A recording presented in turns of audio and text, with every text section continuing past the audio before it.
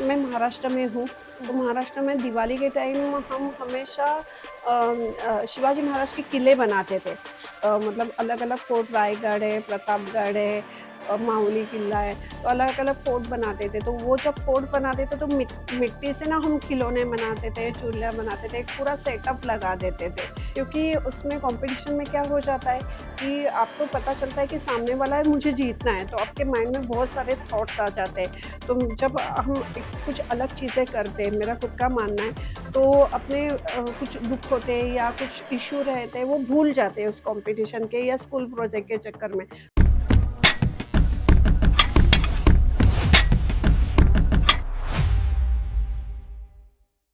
Hello everybody, मैं हूँ Lavanya. Welcome to another episode of the series बड़े होकर क्या बनोगे विद बियॉन्ड टॉक्स। आज हमारे साथ एक और गेस्ट आई हैं जिनका नाम है मिसेस प्रीति अय्यर, जो कि एक एस्ट्रोलॉजर है। Welcome ma'am. Thank you. तो मैम, सबसे पहले आपके लिए सक्सेस का मतलब क्या है? अवार्ड्स, रिकॉग्निशन या फिर satisfaction of helping others? Satisfaction of helping our, क्योंकि अवार्ड और रिकॉग्निशन तो वैसे ही मिल जाता है कि जो सैटिस्फैक्शन दूसरों को मदद करने में मिलता है, उनके चेहरे पे जो स्माइल आती है, तो वही मेरे लिए अवार्ड्स और रिवार्ड्स सारी ये चीज़ें। वेरी वेल सेड मैम, बहुत बढ़िया। सबके लिए सेटिस्फैक्शन इज इम्पोर्टेंट। तो दूसरा क्वेश्चन कि आपको कैसे पता चला कि आपको आर्ट में इंटरेस्ट है? बचपन में हम थे तब ऐसा था कि मैं महाराष्ट्र में हूँ, तो महाराष्ट्र में दिवाली के टाइम हम हमेशा शिवाजी महाराज के किले बनाते थे। मतलब अलग-अलग फोर्ट रायगढ़ है, प्रतापगढ़ है, माहुली किला है, तो अलग-अलग फोर्ट बनाते थे। तो वो जब फोर्ट बनाते थे तो मिट्टी से ना हम खिलौने बनाते थे, चूड़ियाँ बनाते थे, एक पूरा सेटअप लगा देते थे। कि ये और हम लोगों को हैंडक्राफ्ट एक स्पेशल सब्जेक्ट था, तो मुझे काफ़ी इंटरेस्ट था, तो तब से पता चला कि हाँ, क्ले वर्क और इस चीज़ में मैं कर सकती हूँ। वेल, मैं भी रिलेट कर सकती हूँ क्योंकि मैं भी क्ले में बहुत ज्यादा इंटरेस्टेड हूँ। क्या बात है! चलिए, आपके लिए अगला क्वेश्चन ये है कि स्कूल प्रोजेक्ट्स या फिर कॉम्पिटिशन्स में आपको कौन से चैलेंजेस सबसे ज्यादा पसंद आते थे? स्कूल प्रोजेक्ट और कॉम्पिटिशन दोनों अच्छा लगता था हम्म। कॉम्पिटिशन में, क्योंकि उसमें कॉम्पिटिशन में क्या हो जाता है कि आपको पता चलता है कि सामने वाला है, मुझे जीतना है, तो आपके माइंड में बहुत सारे थॉट्स आ जाते हैं। तो जब हम एक कुछ अलग चीज़ें करते हैं, मेरा खुद का मानना है, तो अपने कुछ दुःख होते हैं या कुछ इश्यू रहते हैं, वो भूल जाते हैं उस कॉम्पिटिशन के या स्कूल प्रोजेक्ट के चक्कर में। तो मेरे को दोनों अच्छे लगते हैं कि हम कुछ देर के लिए तो अपनी चीज़ें भूल जाते हैं। Very true, very true. अच्छा, नई चीजें सीखने के लिए आपको किस लोगों ने या फिर किन मोमेंट्स ने इंस्पायर किया था? नई-नई चीज़ें सीखना मुझे बहुत अट्रैक्ट मतलब अच्छा लगता है। बहुत सारे मोमेंट्स हैं, जैसे कुकिंग के लिए तो कुकिंग कॉम्पिटिशन या मास्टर शेफ़ तक मैं गई थी, वो थी। फिर कुछ बच्चों के लिए, सोशल वर्क के लिए अलग-अलग संस्था अलग-अलग चीज़ें कर देती है। स्पेशली मैं बच्चों के लिए थोड़ी-सी इमोशनल हूँ, तो मुझे बच्चों के लिए अच्छा करना अच्छा लगता है। वो क्यूट से होते हैं और उनको बहुत मतलब अपने रिस्पेक्ट भी बहुत करते हैं और वो उनको उम्मीद रहती है हमसे कि कुछ तो हमारे लिए करे, तो वो चीज़ें अच्छी लग रही थी। तो सोशल वर्क हो गया, अलग-अलग चीज़ें कॉम्पिटिशन देख के, वेबिनार देख के, और मतलब जत्रा वगैरह जैसे फेस्टिवल रहते हैं वो देख के मैं इंस्पायर होती हूँ कि नई चीज़ें कुछ तो करनी चाहिए। वेरी गुड मैम, बहुत बढ़िया है। क्योंकि सबको ना नई चीजें ट्राई करनी चाहिए, उससे सबको एक्सपोजर मिलता है और पता जी, चलता है कि आपको काय में इंटरेस्ट है। जी। हम्म, तो आपके लिए अगला क्वेश्चन ये है कि आपके लिए ड्रीम फॉलो करना और प्रैक्टिकल चॉइसेस के बीच बैलेंस कैसे क्रिएट होता है? देखो, जब हम कोई ड्रीम देखते हैं, शुरुआत तो हमको ड्रीम देखने से होगी। जब तक हम कोई सपना नहीं देखे वो करने का, तब तक हम उसको प्रैक्टिकल में नहीं लेके जा सकते। फर्स्ट स्टेप तो अपनी रहेगी कि अपने को एक सपना देखना चाहिए कि मुझे ये करना है, मुझे इस लेवल पे जाना है ये। तो उसकी फर्स्ट, सेकंड, थर्ड लेवल उसके लिए क्या करना पड़ेगा, तो वो पैशनेट अपना हो ही जाता है। मैम, आपकी गाइडेंस ने, आपकी स्टेप्स ने हम सबको बहुत हेल्प किया अभी। आपके लिए अगला क्वेश्चन ये है कि आपके करियर के दौरान कोई ऐसा मुश्किल पल या ऐसा कोई चैलेंज जो आपको लगा हो कि ये तो मेरे से नहीं होगा, ये मैं नहीं कर पाऊंगी, और फिर आपने उसको कर लिया, और उसको कैसे हैंडल किया? एक्चुअली ये हुआ था बहुत टाइम पे, ऐसा हो जाता था कि कुछ हमारा ग्रुप बना था और उन्होंने सडनली बैक स्टेप ले लिया। हम्म। तो वो चीज़ मैं करूँ कैसे? मैं अकेली हूँ और मुझे कोई रास्ता नहीं मिल रहा है, लेकिन जहाँ पे बोलते हैं जहाँ पे चाह है वहाँ पे राह है। तो एकदम से एक लंबी गहरी साँस ले लो, 5 मिनट के लिए आपकी आँखें बंद करो, फिर सोचो आपको रास्ता मिल ही जाता है। मतलब आपकी चाह रहेगी तो वो चीज़ें हर और अभी तो इतना कॉन्फिडेंस आ गया है कि आप मतलब कौन-सी भी ऐसी चीज़ है कि मैं हैंडल नहीं कर सकती, मैं कर हुँ। सकती हूँ। Very well said, very well said. अच्छा, अब एक थोड़ा-सा फन एलिमेंट डालते हैं। आप अपने स्कूल के फ्रेंड्स साथ वाली एक फनी स्टोरी शेयर करोगे? फ्रेंड्स में उस क्लासरूम का किस्सा बताती हूँ। हमारी क्लास लगती थी ड्राइंग और पेंटिंग और हैंडक्राफ्ट की और हमारे ड्राइंग के सर थे बहुत स्ट्रिक्ट थे, बहुत मतलब मुझे कॉपी कंप्लीट करनी थी और हमें दिया था कि बारिश है और बारिश में गाय, बैल वगैरह घास चर रहे हैं। मैंने फटाफट सब गाय बना दी, बारिश का सीन दिखा दिया, क्राउड दिखा दिया, बच्चे खेल रहे और घास बनाना भूल गए। तो सर ने मुझे पूछा था कि घास कहाँ है? बहुत गुस्से में से। बोली सर गाय ना घास खा गई अभी रही नहीं। तो वो मैं बहुत छोटी थी मतलब मेरे ख़्याल से 5th या 6th स्टैंडर्ड की थी। अभी क्या जवाब दूँ तो वो फ़नी किस्सा मुझे याद है। मैम बहुत सही, बहुत सही। अच्छा, अब जैसे ये बहुत मोस्ट आस्क्ड क्वेश्चन है, मैं भी कन्फ्यूज़ होती हूँ इन सब बातों में कि अगर कोई 13-14 इयर्स का स्टूडेंट आके आपसे पूछे कि मैं अपना पैशन फ़ॉलो करूँ या फिर कोई सेफ करियर चुनूँ, तो आप क्या एडवाइस दोगे? देखो अगर आप आपका पैशन फ़ॉलो करते हो, हाँ, मम्मी-पापा कह रहे थे बेसिक एजुकेशन लेना आप बच्चे हो इसलिए बता रही, बहुत ज़रूरी है जो बेसिक कॉमन ग्रेजुएशन जो भी लेकिन पैशन फ़ॉलो करोगे ना, तो वो उस काम को आप जी पाओगे। मतलब मैं सबको बोलना चाहूँगी अपना पैशन फ़ॉलो करो। मैंने भी ग्रेजुएशन बीकॉम में किया था, लेकिन मुझे किधर तो आर्ट में इंटरेस्ट था, तो अल्टीमेटली मैं आर्ट में आई तो वो सक्सेस अलग मिला। हुँ। तो मैं इसलिए सबसे कहना चाहूँगी अपना पैशन जो भी है, किसी को फैशन डिज़ाइनर बनना है, किसी को कुछ बनना है, तो अपना पैशन फ़ॉलो करो तो वो करियर अपने आप सक्सेस हो जाता है। मैम ये तो मैं श्योरली कह पाऊँगी कि आपकी इस एडवाइस ने बहुत बच्चों के माइंड्स क्लियर कर दिए होंगे कि उनको जी। क्या करना चाहिए। चलिए, आपका अगला क्वेश्चन ये है कि आप इतनी सारी रिस्पॉन्सिबिलिटीज़ के साथ सोशल वर्क कैसे मैनेज कर लेते हो? पहला क्वेश्चन जैसा जहाँ है जहाँ वहाँ रहा है, तो आप मैनेज करो, टाइम मैनेज करो कि किस तरह से कर सकते हो। आप हर पल सोशल वर्क कर सकते हो। आप खाना बनाते हो, 2 रोटी थोड़ा-सी एक्स्ट्रा बना दो, 2 घंटे खुद के लिए। आप अगर टाइम को 24 घंटे को अच्छे से मैनेज कर पाओ, तो आप सोशल वर्क कभी भी कैसे भी कर सकते हो। बाहर नहीं निकाल सकते तो घर में बैठ के वीडियो है, वीडियो के माध्यम से पॉडकास्ट आजकल होते हैं, फिर यूट्यूब निकले हैं यूट्यूब शॉर्ट निकले हैं, तो आप कुछ खाना अच्छे से बना सकते हो। अगर लोगों को हेल्दी फूड के बारे में जानकारी भी दे रहे हो, तो वो भी एक सोशल वर्क हो गया। हेल्थ के बारे में जानकारी दे रहे हो, जैसे दादी-नानी के बहुत सारे नुस्खे रहते हैं। अभी ठंड आ रही है, तो ठंड में कौन सी टाइप की चाय पीनी चाहिए, किस टाइप का सूप बनाना चाहिए, छोटी-छोटी चीज़ें, तो वो भी एक सोशल वर्क का काम रहता है। अब हुँ। इस माध्यम से भी कर सकते हो। Very well said. ये बहुत ज़्यादा लोगों को हेल्प करेगा और एनकरेज भी करेगा उन्हें सोशल वर्क करने के लिए। अच्छा, अब मेरे को आप ये बताइए कि अगर आपको अपनी छोटी प्रीति से मतलब खुद के सेल्फ चाइल्डहुड या अपने बचपन से मिलने को मिले, तो आप उनसे क्या कहना चाहोगे? उनसे क्या बात करोगे? उनसे ये मैं बात करना चाहूँगी कि मैंने जो बचपन में सोचा था, वो आज मैंने करके दिखाया। यही बस बात रहेगी मेरी छोटी प्रीति से। तो मैम, आपको करियर चूज़ करने में एस्ट्रोलॉजी ने कैसे हेल्प किया और ये हम सबको कैसे हेल्प कर सकती है? करियर चूज़ करने में एस्ट्रोलॉजी में जैसे कि मैं बताऊँ अगर सूर्य जो है गवर्नमेंट का कारक है, जिसका सूर्य अच्छा रहता है हम उसे सलाह देते हैं कि आप गवर्नमेंट की प्रिपरेशन करो। चंद्र है तो काउंसलिंग है पानी वाली चीज़ है, चावल का बिज़नेस है, तो इस तरह से चीज़ें कर सकते हो। विनस है तो आप फैशन डिज़ाइनिंग, ब्यूटी पार्लर या पत्रकारिता हो गई।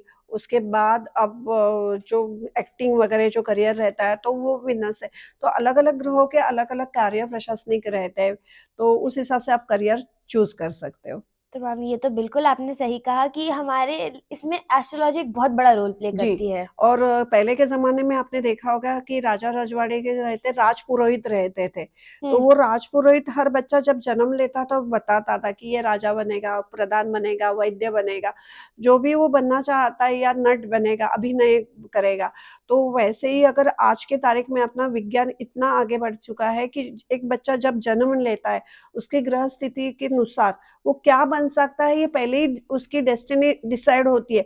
बस उस विज्ञान को समझना चाहिए। ज्योतिष एक विज्ञान है और उसको विज्ञान को समझ के अगर आप आगे बढ़ो, तो बहुत सारे लोग रहते हैं, इंजीनियरिंग करते हैं लेकिन बाद में अपना बिज़नेस सँभालते हैं। तो बिज़नेस सँभालने के लिए उनको कॉमर्स की ज़रूरत है लेकिन कर लिया इंजीनियरिंग, तो ये चीज़ें हो जाती है। तो उनका टाइम भी वेस्ट हो जाता है उसमें। तो आप बेटर देन है कि किसी अच्छे एस्ट्रोलॉज़र का सलाह लेके करियर चूज़ करोगे तो बेटर रहेगा। मैम ये तो बिल्कुल सही है कि एस्ट्रोलॉजी भी हमें बहुत हेल्प करती है, उससे आधे क्वेश्चंस के आंसर्स हमें ऐसे ही मिल जाते हैं। तो ये है कि अब मल्टीपल हॉबीज में बच्चे बहुत कंफ्यूज हो जाते हैं कि ये भी हॉबी है, ये भी हॉबी है, इसमें से पैशन कैसे ढूंढे? पैशन ढूँढने के लिए देखो एक मतलब ये विदेश में ऐसा रहता है कि बच्चों के सामने बहुत सारे खिलौने डाले जाते हैं, छोटा रहता है 1.5-2 साल का, कलर्स डाले जाते हैं, अलग-अलग चीज़ें रखी जाती हैं और वो उनका तरीका है ये कि वो बच्चा जो चीज़ उठाएगा तो समझ लेते हैं उस चीज़ में उस बच्चे को इंटरेस्ट है। तो कुछ चीज़ें मैंने मतलब सोची है उस बच्चों के बारे में, कुछ सिलेबस ऐसा बनाया है कि कुछ बच्चे जब मेरे पास आते हैं तो मैं आर्ट फॉर्म अलग-अलग उनको सिखाती हूँ। उनको उसको मतलब क्लॉथ पैकिंग करना है, अपने को क्लॉथ को कैसे बनाएँ या उनको पैशनेट क्या लगता है, आर्ट में अच्छा लग रहा है, ज्वेलरी सिखा रही हूँ तो ज्वेलरी में अच्छा लग रहा है या डॉक्टर सेट अच्छा लगता है। तो उस हिसाब से बच्चों का करियर आप चूज़ कर सकते हो। अपना पैशनेट मतलब जो चीज़ में बच्चे पैशनेट होना चाहते हैं, एक्स्ट्रा करिकुलम एक्टिविटी बच्चों को होनी चाहिए, हुँ, तो उससे स्ट्रेस मैनेजमेंट हो जाता है। मतलब पढ़ाई कर के बच्चे थक हुँ, जाते हैं। हुँ, एक एग्ज़ाम्पल देना चाहूँगी, अभी एनिमेटेड कुछ चीज़ें आई है कि पहले तो हमारे टाइम में विक्रम बेताल चलता था हुँ, कि ये जो क्या बोलते हैं उसको पंचतंत्र की स्टोरी, कहानियाँ, बुक्स आजकल पढ़ते नहीं हैं। लेकिन कुरुक्षेत्र, महाभारत, रामायण ऐसी एनिमेटेड चीज़ें आई है, तो वो बच्चों को ज़रूर दिखानी चाहिए। हुँ। बच्चे अपने पास्ट के बारे में, अपने हिस्ट्री के बारे में, अपने देश की हिस्ट्री के बारे में जाने ना, वो ज़्यादा अच्छा होता है क्योंकि उससे उनको ये भी सीखने को मिलता है कि जो गलतियाँ उनके एंसेस्टर्स ने की है, वो रिपीट नहीं करें। और गलतियों के साथ-साथ जो भी अच्छाई है उन्होंने कैसे जैसे बाजीराव पेशवा ने बहुत सारी लड़ाइयाँ जीती थी, शिवाजी महाराज है राणा प्रताप है, तो उन्होंने वो लड़ाइयाँ कैसे वो स्ट्रॉन्ग कैसे बने थे। तो गलती के साथ-साथ उनकी अच्छाई क्या थी, उन्होंने कैसे गनी में कावे किए थे, कैसे हुँ, उनसे हराया था। हुँ, अकबर मतलब कैसे विदेशी आक्रमण को उन्होंने ये किया था, सिकंदर को भी लौटा दिया था। तो किस तरह हुँ, से उन्होंने काम किए थे, तो उनके मतलब क्या बोलते हैं उनकी इंस्पिरेशन से बच्चे भी आगे बढ़ सकते हैं। झाँसी हाँ, की रानी है, तुम लड़की हो, उस ज़माने में लड़कियों को कितना मतलब ये उस ज़माने में झाँसी की रानी ने ये सिखाया। ऐसी बहुत सारी रानियाँ हैं जो मेवाड़ में भी हो चुकी है, रानी पद्मावती भी हो चुकी है, जो स्ट्रॉन्ग थी और वो लड़ भी सकती हो। हुँ, तो हिस्ट्री में से हम ये सारी अच्छाइयाँ तो हुँ, सीख ही सकते हैं। हुँ। और ये भी है कि फ्रीडम फाइटर्स में विमेन भी थी, तो हम इससे भी इंस्पायर हो सकते हैं कि विमेन कम नहीं है, नहीं है। कोई भी कम नहीं है। They are all equal. अच्छा, अभी आपने बोला कि आप बच्चों को नए-नए आर्ट फॉर्म्स में एक्सपोज़ करती हैं, उनको एक्सपोज़र देती हैं, उनको बताती हैं कि ये आर्ट फॉर्म्स होते हैं। इनमें से आपका फ़ेवरेट आर्ट फॉर्म कौन-सा है? मेरे को मधुबनी बहुत अच्छी लगती है और पिचवाई और मधुबनी ये 2 आर्ट आर्ट फॉर्म में बहुत सारे कलर्स होते हैं। अभी मैंने वारली बस 2 कलर से बनती थी, लेकिन उसमें भी कलर है। लेकिन मुझे ज़्यादातर मधुबनी और पिचवाई अच्छी लगती है कि हुँ, बहुत सारे कलर के साथ होती है तो दिखने में अट्रैक्ट लगती है। हुँ। बिल्कुल अट्रैक्टिव लगती है वो बहुत ज़्यादा। अच्छा, अब अपनी ये पॉडकास्ट इसी बारे में है कि बड़े होकर क्या बनोगे? तो आर्ट करियर ऑप्शंस में कैसे हेल्प करता है? अ, आर्ट करियर ऑप्शन में देखा जाए तो स्ट्रेस मैनेजमेंट का काम करता है। आजकल सब देख रहे हो कि स्ट्रेस मैनेजमेंट के बहुत सारे प्रोग्राम हो रहे हैं कि जब आप एक आर्ट फॉर्म बनाते हो, एक पे अभी बहुत चल रहा है कि पेबल आर्ट कि उसमें एक पॉजिटिव वाइब देख लो या कुछ क्ले से कुछ बना दो और अपने टेबल पे रखो। तो उसको आप जब देखते हैं ना तो आपका स्ट्रेस थोड़ा तो मैनेज हो जाता है, हुँ, कलरफुल चीज़ें देखते हो। या कलर से तो आर्ट तो हमेशा चाहे म्यूज़िक हो, चाहे संगीत हो, चाहे अपने पेंटिंग ड्राइंग हो या दूसरी कोई कला हो, कोई रंगोली निकालता है। मेरे पहचान के एक जो डॉक्टर है वो सिंगर भी है और वो अच्छे से रंगोली भी निकालते हैं। तो वो बोले कि मैं बहुत सारी सर्जरी वगैरह करता है तो मुझे स्ट्रेस मैनेजमेंट के लिए मुझे ये काम चाहिए। तो हुँ, आप देखोगे कि डॉक्टर के ग्रुप रहते हैं ना वो सब एक्स्ट्रा करिकुलम एक्टिविटी करते ही है। हुँ। और ये भी रहता है कि आर्ट हमें स्ट्रेस रिलीफ़ भी देता है जी, और वो लोगों को एंगेज कर देता है, उससे आधी चीज़ें तो लोग ऐसे ही भूल जाते हैं। जी। हुँ। अच्छा, आपने कितनी एज से कुकिंग करना चालू करी थी और आपको सबसे ज़्यादा क्या बनाने में मज़ा आता है? मुझे अलग-अलग रेसिपी बनाने में बहुत मज़ा आता है और मैंने कुकिंग जब चालू की थी तो मैं 9 साल की थी और पहले सबसे पहले मैंने हलवा बनाया था। वो मालूम नहीं रहता, ऐसा बोलते हैं कि पहली रसोई अन्नपूर्णा की शुरुआत करते हैं, मीठे से शुरुआत करते हैं, लेकिन एक्सीडेंटली वो हो गई थी और बहुत टेस्टी हलवा बना था वो। मतलब मेरे हुँ, कुकिंग करियर की शुरुआत तो वहीं से हुई थी, ये सोच हुँ। लूँगी। मैम को अभी मैम मास्टर शेफ में भी होके आई हैं और मैम को दवे मसाला क्वीन का टाइटल भी मिला है। तो मैम जब आपको दवे मसाला क्वीन का टाइटल मिला, आपने क्या बनाया था उस टाइम? डिश को मैं हमेशा मेरे नाम देती हूँ। डिश का नाम था सतरंगी भूल-भुलैया। तो उसमें ऐसा रहता था कि देश के हर पकवान लाए थे मैंने और उसके जो मसाले वगैरह थे, तो वो मसाले भी घर पे, बाहर से कुछ भी नहीं।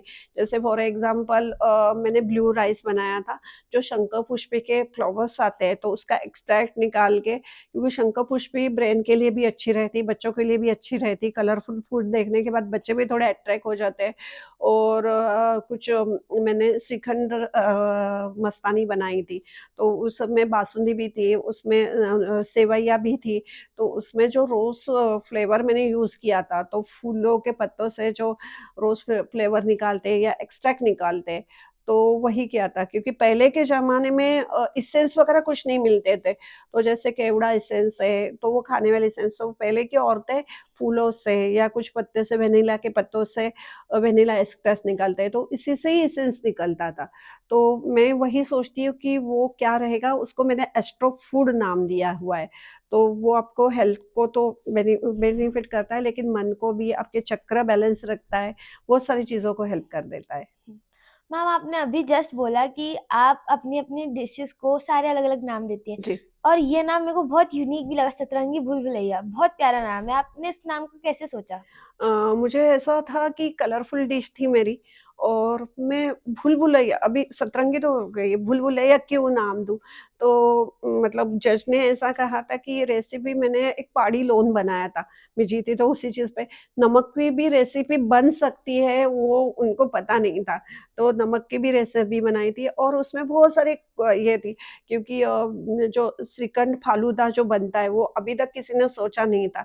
तो वो एक भूल-भुलैया था कि लोगों को लगे अरे सेवई है या फालूदा है, लेकिन वो हुँ, श्रीखंड फालूदा था। हुँ। और अलग-अलग चीज़ें, hummus बनाया था, बाहर की दुनिया की भी चीज़ें मैंने उसमें हुँ, मिक्स की हुँ, थी और सब मिक्स ऐसा भूल-भुलैया टाइप ही था वो। हुँ, मेरे कुछ सिग्नेचर डिशेज़ भी है, जैसे ट्रैफिक सिग्नल है और फिर मैंने सफ़रनामा एक डिश को हुँ, नाम दिया था, मास्टर शेफ़ में वापस से मैं सिलेक्ट हुई थी, तो अहिल्या देवी का सफ़रनामा डिश को नाम दिया था। जैसे हुँ, अहिल्या माता हर जगह पे घूमी थी, वैसे मैंने उसमें जो फूड ऐड किया था, तो वो पूरा मतलब ऋग्वेद से या अपने ग्रंथों से, वेद रत्नाकर वगैरह ग्रंथों में से मैंने लिया था। हुँ। तो उसके ऊपर भी हम बहुत सारी बातें कर सकते हैं बाद में, हाँ, क्योंकि पूरा पॉडकास्ट आपका बन जाएगा फूड पे। हाँ मैम। मैम आपने तो इतने सारे अचीवमेंट्स अचीव किए हैं कि आपकी तो बातें ही नहीं खत्म होंगी। और मैम अभी आपने मेरे को ये भी बोला कि आपने इतनी छोटी उम्र से आप 9 इयर्स के थे, आपने तब से कुकिंग चालू कर दी। तो आपको डर नहीं लगा? क्योंकि आजकल के बच्चे तो ऐसे हो गए कि नहीं कुकिंग के लिए हम मेड रख लेंगे, हमें डर लगता है, हम बड़े होके भले मेड रख लेंगे, हमसे नहीं हो पाएगा या फिर हम नहीं कर पाएँगे ये। मैं बताती हूँ, उसकी भी कहानी बनाती हूँ। जैसे कि मैंने पहले बताया था कि हम आर्ट्स कैसे सीखे थे कि शिवाजी महाराज के हुँ, किले बनाते महाराष्ट्र में वैसे। तो वैसे ही कुकिंग में ना हम लोगों की भातुकली कहते थे, उस वो होती थी। एक समर में और एक विंटर के हॉलिडे में, आपको 2 हॉलिडे नहीं मिलते हैं। तो दिवाली की छुट्टियों में हम ऐसे ही सब मिल के जाते थे, सब एक कटोरी दाल लाएँगे, चावल लाएँगे। तो हम ना ऐसे थोड़े से जंगल टाइप में वगैरह जाते थे, वहाँ पे पूरी लकड़ियाँ इकट्ठे करते थे, चूल्हा बनाते थे और उसपे बर्तन वगैरह, कभी खिचड़ी बनाए, कभी पूरी सब्जी बनाए। तो ये हम लोगों का साल में 2 टाइम रहता था। पहले हम छोटे थे तो बड़ी दीदियाँ थी और जब हम बड़े बने तो छोटे बच्चों के साथ। तो वो दीदियाँ जब बनाती थी ना, तो हम लोगों को भी इंटरेस्ट आने लगा, अरे हमें भी बनाना, अगले साल के इसमें हम ये बनाएँगे। तो घर से क्या बना के ले चलते हैं, पॉटलक पार्टी भी आजकल बोलते हैं। हुँ, तो वो चीज़ें बहुत कम हो गई है। भुनला होता था, तो भुनला में ऐसा रहता था, अपने घर से हर कोई एक चीज़ बना के लाए, सब बच्चे भी बना के, और पूछते थे कि गेस करो कि मेरे टिफ़िन में क्या है? ऐसे टिफ़िन बना के। तो कुछ ऐसी एक्टिविटी उस टाइम पे होती थी, क्योंकि टीवी ज़्यादा नहीं था, तो बड़े लोग भी ऐसी एक्टिविटी करते थे कि जिसमें बच्चे इंस्पायर होके नई-नई चीज़ें बना के लाते हैं। तो मुझे लग रहा है कि वो कॉन्सेप्ट वापस से चालू होना चाहिए, हुँ, तो बच्चे भी कुकिंग में इंटरेस्ट लें। हुँ। मेरा मतलब है अपने खुद को खाने के लिए बना सकते हो, इतना तो सबको खाना बनाने के लिए हुँ। आना चाहिए। हाँ, मैम ये तो बहुत सही कहा आपने और आपका थॉट भी बहुत अच्छा है कि बच्चों को आना चाहिए क्योंकि आजकल बच्चे क्या है बहुत सारे बाहर चीज़ों पे डिपेंड हो जा रहे हैं, पैकेजिंग फूड पे डिपेंड हो जा रहे हैं, उसमें अजीनोमोटो रहता है वो हमारे लिए अच्छे नहीं होता है और उसमें और भी पाम ऑयल वगैरह चीज़ें होती हैं जो अच्छी नहीं होती है। अच्छा मैम मेरे को एक बात बताइए कि आप मेडिटेशन भी करती हैं, तो मेडिटेशन कैसे हेल्प करता है स्ट्रेस रिलीफ में? स्ट्रेस रिलीफ में जैसा आपको मैं बताऊँ कि आप ओमकार करके देखो, यूनिवर्स में भी ओमकार की ध्वनि है। मैं साउथ इंडियन हूँ, तो साउथ इंडियन लैंग्वेज को देखो, जो गोल करके लिखती है उसमें भी ओम एक रिफ्लेक्ट होता है, अगर हुँ, आप उनकी लिपि देखोगे तो। तो मेडिटेशन आपको पूरे मन को और सभी चीज़ को कॉन्सेंट्रेट करती है आपके इसमें। तो आपको वो करना चाहिए। मूलाधार चक्र बैलेंसिंग के लिए गार्डन में घूमना चाहिए, या मिट्टी से रिलेटेड गार्डनिंग करना है, पौधे लगाना है। तो ये काम करोगे ना, तो आपका मूलाधार चक्र बैलेंस होगा। और आप प्रैक्टिस कर के देखो कि 40 दिन बस 10 से 11 में 11 टाइम या 21 टाइम ऐसे टाइम ओमकार करके देखो, कुछ भी मत करो। ओम इनहेल और एक्सहेल करके ब्रीथिंग एक्सरसाइज करो, कॉन्सेंट्रेट पूरे आपके नोज पे रखो, तो आप खुद रिजल्ट देख लेना। ये हुँ। ओमकार करके आप जरूर ट्राई कर लेना, 40 डेज के बाद मुझे रिजल्ट बताना। ज़रूर मैम, मेरी सब बच्चों से और सारे बड़े लोगों से जो भी ये पॉडकास्ट देख रहे हैं, मेरी सबसे रिक्वेस्ट है कि मैम की एडवाइस ज़रूर फ़ॉलो करना, मैम की एडवाइस ज़रूर रिज़ल्ट्स दिखाएगी। अच्छा अब अगली चीज़ पे बढ़ते हैं हम। मैम अब बच्चों को ना बहुत कन्फ्यूज़न होता है कि हमारे पास ये ऑप्शन है, ये ऑप्शन है, ये ऑप्शन है, तो आप हमारे बच्चों को और हमारे व्यूअर्स को कुछ करियर एडवाइस देना चाहेंगी? जी, मैं पहले भी बोल चुकी हूँ कि आप किसी अच्छे एस्ट्रोलॉज़र को दिखाओ, कि हमारे मतलब बहुत सारे अभी ये चल रहा है कि बच्चों के लिए बहुत सारी चीज़ें आ भी रही है, कि आपके बच्चे कॉन्संट्रेट कैसे करें। मैंने भी खुद कुछ सिलेबस ऐसा निकाला है कि आप मतलब मोबाइल एडिक्शन वगैरह कम हो जाए, बच्चे अपने करियर पे फ़ोकस कैसे करें। भारत भी उस चीज़ में आया है। ये आपने देखा होगा और सुना होगा, जापान के छोटे बच्चे घड़ी बना लेते हैं, बा जापान के छोटे बच्चे सूप बना लेते हैं, सब्जियाँ उगा लेते हैं। तो हमारे भारत के बच्चे नहीं कर सकते हैं क्या? अपना भारत पहले से इतना समृद्ध है, कृषि प्रधान देश है, तो अपने भारत के बच्चे बहुत कुछ कर सकते हैं। फॉर एग्ज़ाम्पल बच्चों को एक छोटे गमले में भी आप धनिया लगा सकते हो, राई डाल दो तो सरसों आ जाएगी।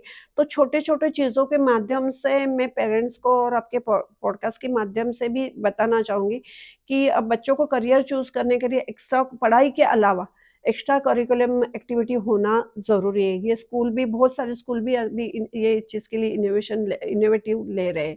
तो देखते हैं अभी आगे कैसा क्या होता है। हुँ। आज हमको मैम ने बहुत सारी नई-नई चीज़ें सिखाई है और बहुत सारा हमने उनसे सीखा भी है और शेयर भी किया है। कुछ चीज़ें जो मैम ने हमको सिखाई थी वो थी जैसे कि जैसे जहाँ राह है, वहाँ चाह है। अगर आप अपने डेडिकेशन से कुछ भी करना चाहोगे ना, you will definitely have it in your hand. अपनी बस मेहनत जारी रखो और continue your hard work as always. और ये भी कि आपको अपनी नीड्स कैसे पूरी करनी आनी चाहिए और कुकिंग आनी चाहिए और नई चीज़ें सीखनी चाहिए और एडिक्शन से प्लीज़ बच के रहो, please. Thank you ma'am for thank you. Coming. Thank you.